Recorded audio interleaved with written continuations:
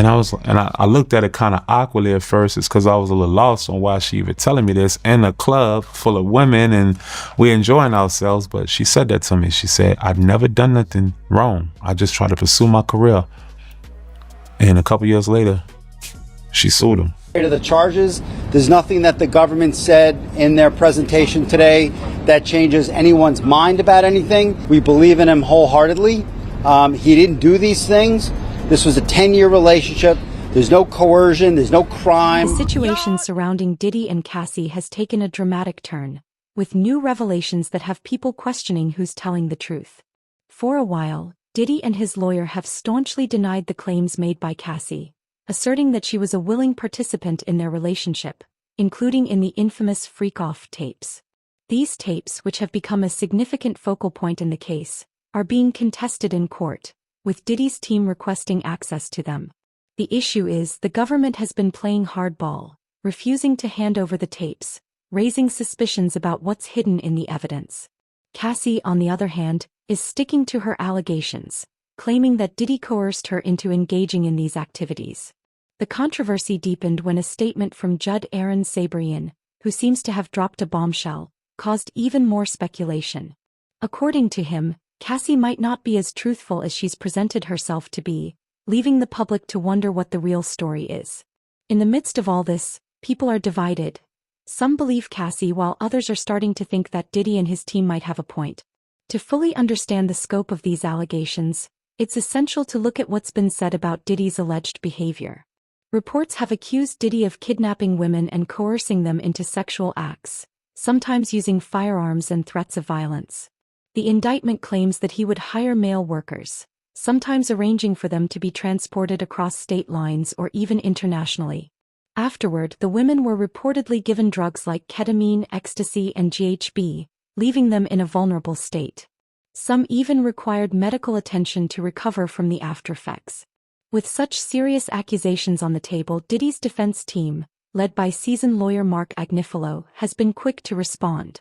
Agnifilo wasted no time addressing the allegations, particularly focusing on the videos, referred to as the freak-off tapes.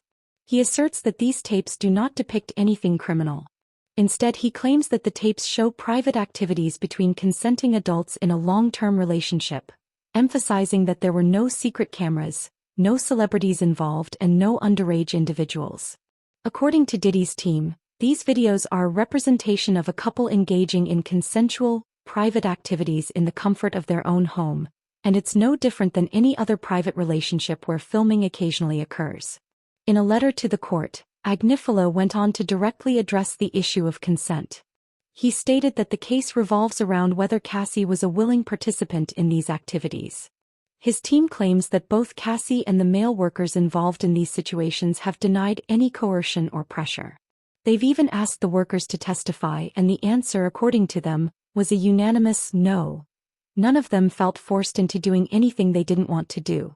This is where the situation becomes even more perplexing. Diddy's legal team, knowing how high the stakes are, would likely fold if there was any evidence of criminal activity in those tapes. But instead they remain adamant in their defense, claiming they have nothing to hide.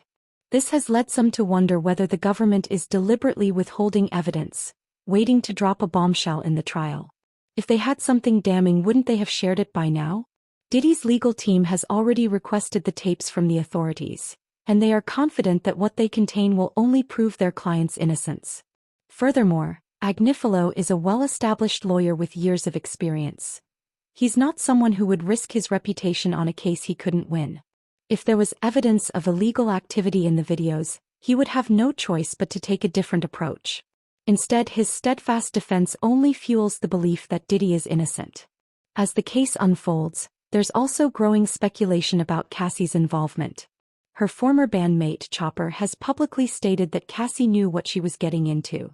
In an interview, Chopper claimed that he saw Cassie leave her ex in order to pursue a relationship with Diddy, hoping it would further her career. In his eyes, this was typical of someone seeking to climb the social ladder, and he suggested that Cassie might be rewriting the narrative to fit her own agenda.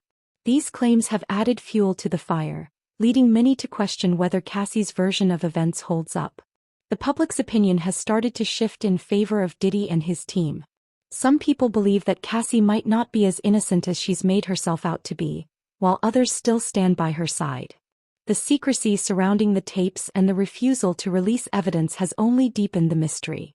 Is Cassie lying about the details of her relationship with Diddy, or is the music mogul really being unfairly targeted? At this point, it's difficult to know who's telling the truth. Both sides have compelling arguments, and with new information continuing to surface, the plot only thickens. While the case plays out in court, the public will undoubtedly remain divided, trying to piece together the truth from the conflicting narratives.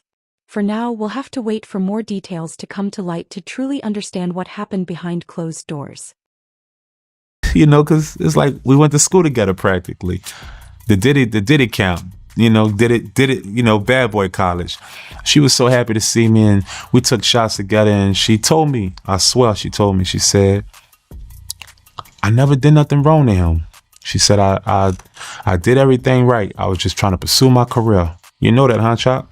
And I looked at it kind of awkwardly at first. It's because I was a little lost on why she even telling me this in a club full of women and we enjoying ourselves. But she said that to me. She said, I'd never done nothing wrong. I just tried to pursue my career. And a couple years later, she sued him. I'm not going to sit up here and say that Cassie was an angel in the situation, because Cassie cut up too.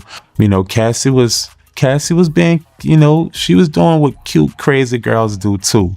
So let's not discredit situations and relationships. You know, you can't make it seem like somebody's just a villain walking around just, you know, batting people and people up. I don't think it went like that, you know, from what I've witnessed. Okay, The drama surrounding Diddy and Cassie has taken an even more intense turn, especially after comments from Cassie's ex-bandmate. He suggested that Cassie might not be entirely truthful, which adds weight to Diddy's defense. This statement is likely fueling Diddy's attorney's position, especially with the legal battle heating up. Diddy's legal team is adamant that there was no coercion in what they've seen on the so-called freak-off tapes. They've gone so far as to request copies of the tapes in preparation for Diddy's trial, scheduled for May 5th. But the government is standing firm in their refusal to release them, citing Cassie's request to protect her privacy. On one hand, it makes sense that Cassie would want her privacy protected, but here's the catch. Diddy's privacy is also on the line. Diddy's legal team argues that he needs the tapes to prepare a defense. While no one is jumping to defend Diddy as innocent based on the gravity of the accusations, there are valid concerns that he may have a point when it comes to his right to prepare for his trial. But here's where it gets even more complicated.